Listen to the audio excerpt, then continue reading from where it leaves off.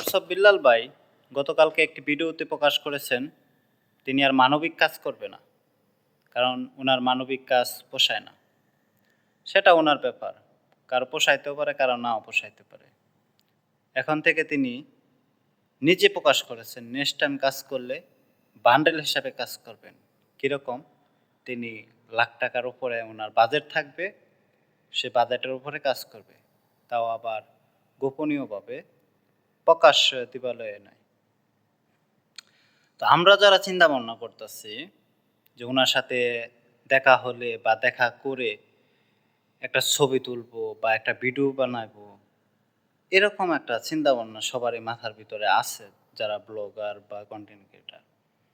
তো আমি বলবো কি, ময় মুরব্বীদের একটা কথা আছে যে উড়ের পুঁটি দূরের রূপ।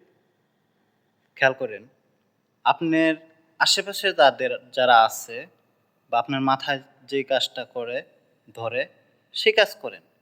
ও বিল্লাল বাইরে খুঁজতে গেলে অনেক সময়ের দরকার, অনেক দিনের প্রয়োজন। ঠিক আছে? আপনার চিন্তা ভাবনা আপনার কাছে রাখেন।